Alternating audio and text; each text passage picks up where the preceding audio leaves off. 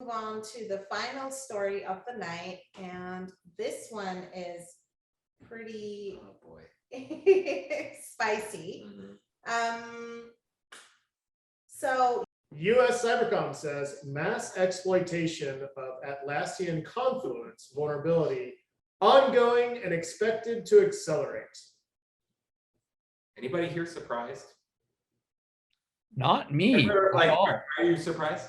I'm not. I'm going to defer to Shu to speak first because he's had the most years with Atlassian Confluence. Oh, Atlassian, such great products. Not just Confluence, but who doesn't love Jira? Such a big product that can do so many things that sprout out everywhere. The code base must be just a massive, massive piece of art. There's no way that there could be any. Didn't they join Jira and Confluence? Like, I assumed when I saw Confluence that this was also Jira. It's probably different. I mean, Confluence is its own big, huge animal. That's part of Jira. If they specifically call out Confluence, and Confluence was the annoying thing that project managers kept talking about, and Jira was the annoying thing that engineers did to not work. And right, yeah, basically. Slack-like chat feature called? Yeah, they had a chat. Yeah, We did very briefly. Yeah, what was it called? I can't remember. It was called something like Atlassian chat. awesome. Hip chat. Oh my God, HipChat. Oh, Yeah. Hip chat. HipChat. You remember how much better HipChat was than Slack and or Discord? Oh my God, yes. I recall setting up Hip chat. It took a day and then I quit. I literally quit the job the next day. Yeah, I think in my last job they were trying to get some sort of chat platform, and I was like, why don't we just use Slack like everyone else? And they said, no, we have Atlassian. Let's use HipChat. I flipped my table. So, I love how you can turn a chat message into a Jira ticket. That is most useful. who doesn't love that? I find Jira and Confluence to be useful tools in the workplace. I mean, no, I mean, I agree with you. I don't necessarily think just because their products are annoying, which they are, you know, that necessarily means they're going to be breached. I'm just somehow not surprised. No.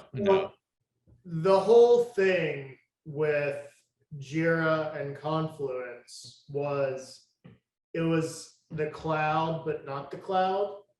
No, I think this specifically is not the cloud version. Servers. This is, I think this is the on-prem version. But you can have it be hosted by them as well.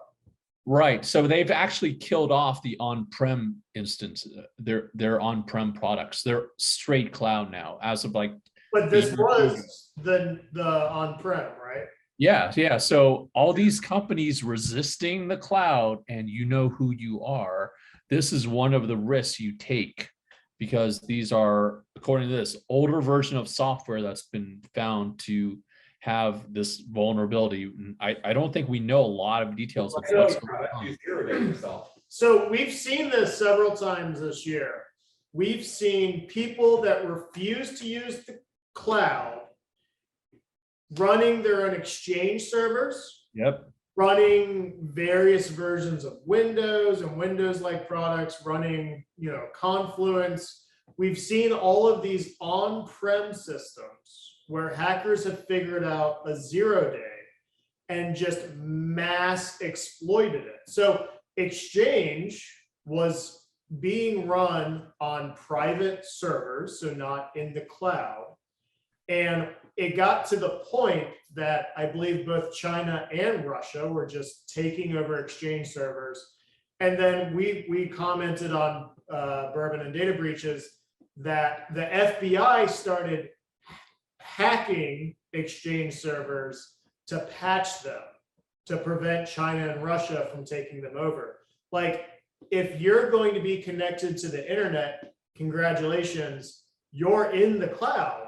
You just might be in a shittier version of the cloud that you own.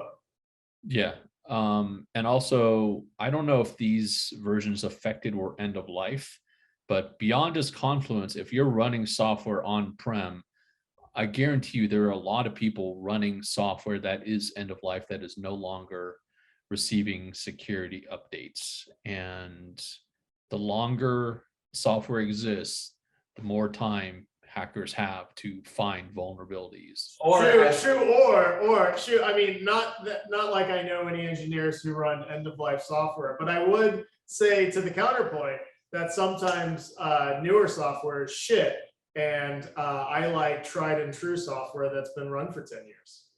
So tried and true with security holes or new software that's shit. Well, yeah, I mean, it's either old security holes or new security holes. Yeah, but the new security holes, there's at least somebody whose ass is burning because they're supposed to be fucking patching that shit. Well, that depends on if you're in the JavaScript community and if you Oh my God. Wonderful. This has been an episode of Bourbon and Data Breaches. If you liked what you saw today, Divya did a good job editing. If you didn't like what you saw today, then you probably didn't see this video because we got banned by Google. If you have a bourbon or a breach you'd like us to cover, you can contact us at contact@hacknotice.com. Till next time.